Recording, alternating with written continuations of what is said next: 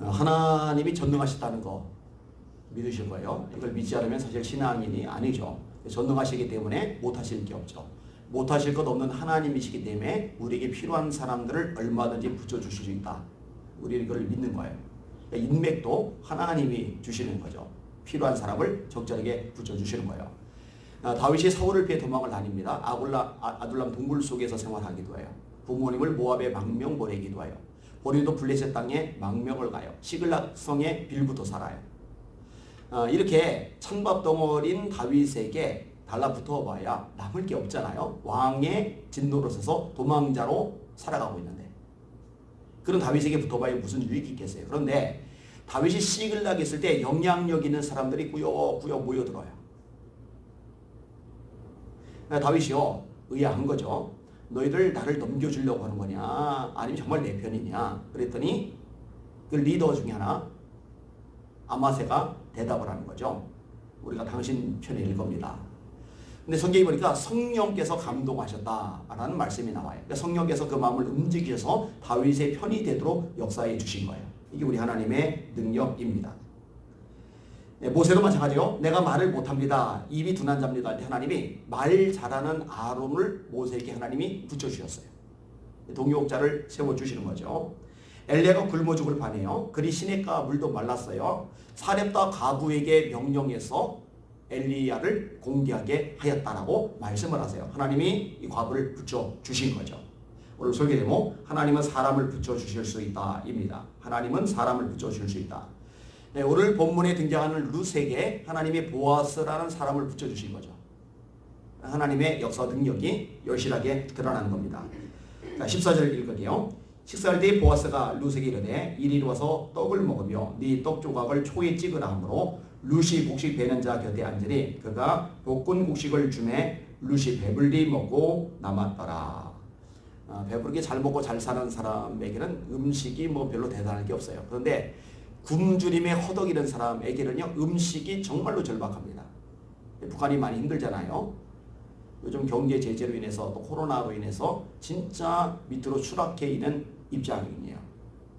고난의 행군 때는 200만 명 정도가 굶어 죽었다고 그러죠. 짐승들이 이 변을 보면은 거기에 옥수 같은 알갱이 같은 게 남아있을 경우에 그것을 주워다가 씻어서 먹을 정도였다고 그러니까 얼마나 심각하겠어요. 여러분들 보고 동물 변에 섞여 나온 거 씻어가지고 먹으라고 주면 먹겠어요? 안 먹죠. 우리 배부르니까. 우리 넉넉하니까. 근데 먹기 힘든 사람, 배고픈 사람, 쪼들리는 사람에게는요 이 곡식 문제가 굉장히 절박한 거예요. 나오미와 롯은 남편들 다 죽고 여자들만 둘 남은 거예요. 그리고 모압 땅에서 베들림 땅까지 온 거예요. 먹고 살 길이 막연한 거예요. 그러니까 이삭을 주우러 가는 거죠. 가난한 사람들이 먹고 살 길이 없으니까 농사 짓다가 추수하고 나서 남아있는 떨어져 있는 이삭을 주어서 그걸로 먹고 사는 거니까 얼마나 궁핍한 거예요. 근데 이런 상황 속에서 보아스가 호의를 베푸는 거예요. 너 이따 먹어. 이 굉장한 호의죠. 여러분 예수님 당시도요 가난하기가 그지없어요. 여러분 예수님 당시에 예수님께서 무엇을 먹을까 무엇을 마실까 무엇을 입을까 염려하지 말라. 이런 다 이방 사람들이 구한 것이요 너희 천국께서는 너에게 있을 것을 다 아시느니라. 이 말씀은요 오늘날 저와 여러분에게 주시는 말씀보다 강도가 세요. 우리는 입을 거 사실 걱정 안 합니다. 먹을 거 사실 그렇게 크게 걱정 안 합니다. 어떻게든 먹어요. 잘 먹지를 못할지라도 마실 거 크게 걱정 안 합니다. 근데 그 당시의 배경 속에서는요 밀란이 일어나요. 로마의 세금 갖다 바쳐요. 성전세 갖다 바쳐야 돼요. 또 세리들이 자기 주머니 채우느라고 더 걷어들여요. 얼마나 힘들고 쪼들리는지 몰라요. 근데 그런 절박한 상황 속에 있는 사람들에게 예수님이 말씀하는 거예요. 먹을 거 염려하지 말라고. 입을 거 염려하지 말라고. 마실 거 염려하지 말라고. 너희는 먼저 그의 나라와 그의 의를 구하라고. 굉장한 도전의 말씀이죠. 자, 예수님이 떡 5개와 물고기 2마리로 5,000명을 먹여요. 남은 것만 모았더니 12광주리가 돼요.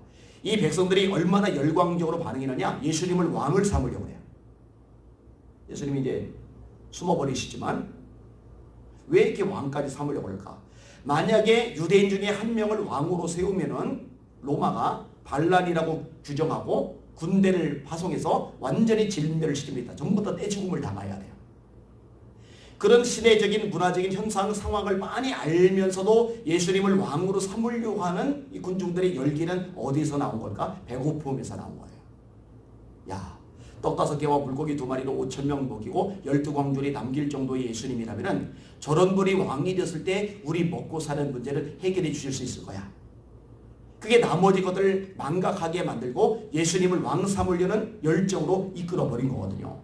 왜냐면 먹고 살기가 힘드니까. 그만큼 이 먹는 문제는 절박한 문제라니까요. 자, 거기에 다간입니다. 15절. 룻이 이삭을 주우러 일어날 때에 보아스가 자기 소년들에게 명령하 이르되 그에게 곡식단 사이에서 죽게 하고 책망하지 말며 또 그를 위하여 곡식 다발에서 조금씩 뽑아버려서 그에게 죽게 하고 꾸짖지 말라 하니라. 룻이 밭에서 저녁까지 죽고 그 주운 것을 떠니 보리가 한 에바쯤 되는지라. 주인 입장에서는요, 이삭이 가급적 땅에 떨어지지 않고 최대한 수확이 되는 게 남아요. 이게 다 돌이잖아요, 그죠? 그리고 일하는 인부들 입장에서는요, 이 이삭 줍는 여인들은요, 거치장스러운 존재입니다. 열심히 막 땀 흘려가면서 막 힘든 거 참아가면서 곡식을 이렇게 추수를 하고 있는데 여인들은 이삭 한 덩어리라도 더 주우려고 그냥 막 다닥다닥 자꾸 막 달라붙잖아요. 최대한. 자기가 못 줬으면 다른 사람이 주워가니까. 그럼 이제 거치장스러운데 자꾸 그렇게 하면 거슬리죠. 그럼 막 뭐라 할 수 있어요. 이게 보아스가 하는 말이에요. 책망하지 마. 절대 뭐라고 하지 마. 여기서 이제 한술 더 떠서 이 추수를 하다가 일부러 이삭을 좀 떨어뜨려 봐. 그거 손해보잖아요. 손해보는 줄 알면서도 떨어뜨려 놓으라고 하는 거예요. 여러분 정말 대단한 거죠. 정말 놀라운 거죠. 자, 그래서 이 룻은요, 배부르게 먹어요. 먹고도 남았어요. 그 다음에 이삭도요, 생각했던 것보다 기대했던 것보다 엄청나게 많이 걷어갔어요. 이제 당장 며칠간 먹고 살 것은 해결된 거예요. 얼마나 신이 나겠어요. 그래서 이제 시어머니에게 돌아갔어요. 시어머니가 깜짝 놀라는 거예요. 그것을 가지고 성읍에 들어가서 시어머니에게 그 주운 것을 보이고 그가 배불리 먹고 남긴 것을 내어 시어머니에게 드리매 시어머니가 그에게 이르되 오늘 어디서 주었느냐 어디서 일을 하였느냐 너를 돌본 자에게 복이 있기를 원하노라 하니 나오미가 아는 거예요. 이게 정상적으로 이삭 죽기 해가지고는 이렇게 거둘 수 없다는 거 이렇게 가져올 수 없다는 거 아는 거예요. 그러니까 궁금한 거죠. 너 어디서 주었어? 너 어디서 일한 거야? 이거는 누군가 너를 돌본 게 틀림없어. 너를 돌본 사람에게 복이 있기를 원해. 룻이 누구에게서 일했는지를 시어머니에게 알게 하여 이르되 오늘 일하게 한 사람의 이름은 보아스니라 하는지라. 나오미가 자기 며느리에게 이르되 그가 여호와로부터 복받기를 원하노라. 그가 살아있는 자와 죽은 자에게 은혜 베풀기를 그치지 아니하도다 하고 나오미가 또 그에게 이르되 그 사람은 우리와 가까우니 우리 기업을 물을 자 중에 하나이니라 하는지라. 이 보아스는요 지난번에 다룬 대로요 부자예요. 게다가 인격이 훌륭해요. 게다가 신앙도 참 좋아요. 사회 지도층이에요. 영향력 있는 인물이에요. 이 정도쯤 인물이 되면은요 사실은 뭐 자기가 원하는 정말 괜찮은 집안 아가씨를 아내로 맞이할 수가 있어요. 근데 우리가 뒤에 공부하다 보면 알겠지만은 이 보아스가 이 이방 여인 룻, 이스라엘 백성들에게 천대받는 여인 룻, 게다가 결혼까지 한번 해서 남편이 죽었던 사별한 이 룻, 이 룻을 아내로 맞이하게 되고 그 자손 중에서 이세가 태어나고 이세의 아들이 다윗 왕이고 그 후손 중에서 예수 그리스도께서 탄생하시잖아요. 근데 하나님이 엮어주신 거예요. 이 보아스를 잘 붙여주시는 거예요. 이 하나님의 능력이고 역사하심이죠. 제가요 이 사람을 붙여주는 거 생각할 때요 진짜 이건 하나님의 능력이다. 저는 이걸 고백을 할 수밖에 없어요. 제가 이제 뇌 수술을 받고 나서 부랴부랴 뭘 썼어요.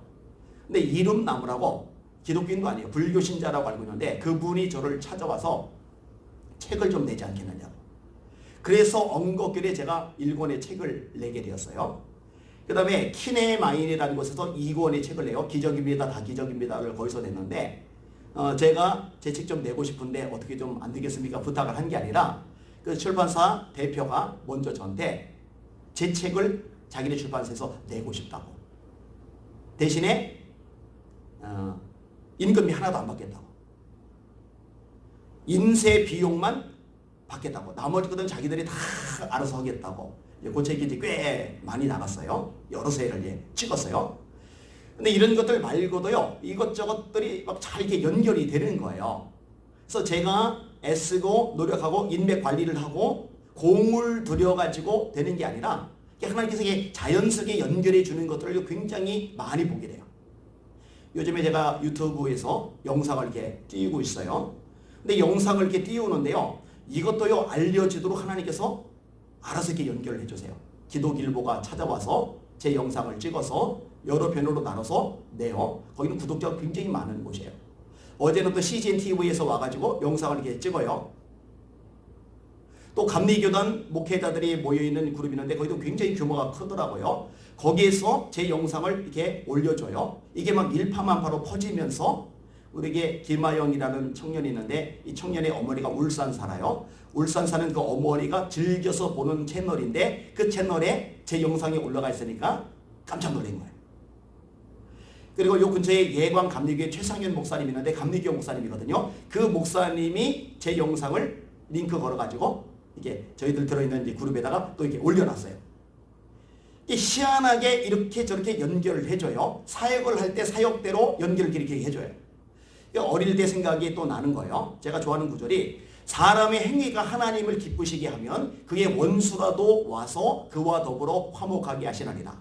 제가 하나님, 저는요 친구들도 없고요, 오랫동안 왕따이고요, 그리고 아버지한테도 별로 인정을 못 받고요, 이런저런 상황이 너무나 열악하기만 한데 하나님 이 말씀, 하나님 말씀이잖아요. 사람이 하나님을 기쁘시게 하면 원수라도 와서 화목하게 하신다고 그랬잖아요. 제가 하나님을 기쁘시게 하는 일에 전력을 다할 테니까 사람 좀 붙여주세요. 사람 좀 붙여주세요. 사람 좀 붙여주세요. 그 기도를 했던 것들이 응답이 되는 거예요.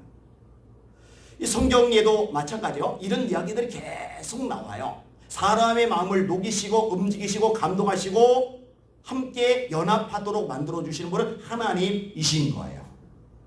이것을 경험하는 저 여러분들 되시기를 주님의 이름으로 축원합니다.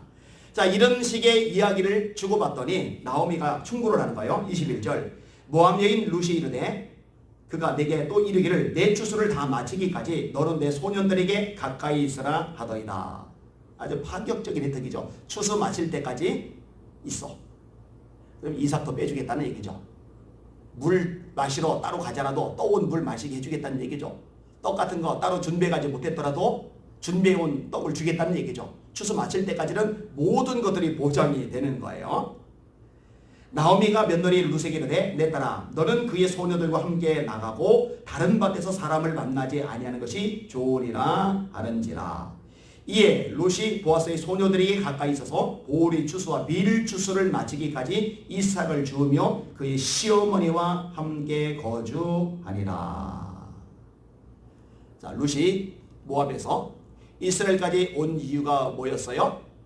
신앙이었죠. 하나님. 어머니의 하나님이 나의 하나님이 되실 것입니다. 보아스가 롯에게서 무엇을 알아봤어요? 이스라엘의 하나님 여호와의 그늘에 거하기를 원해서 찾아온 너에게 복 주시기를 원한다. 하나님이라는 거. 저와 여러분의 삶 속에도 핵심이 하나님이 되실 수 있기를 주님의 이름으로 축원합니다. 그리고 그분을 기쁘시게 하는데 전력을 쏟아붓는 저와 여러분들 되시기를 주님의 이름으로 축원합니다.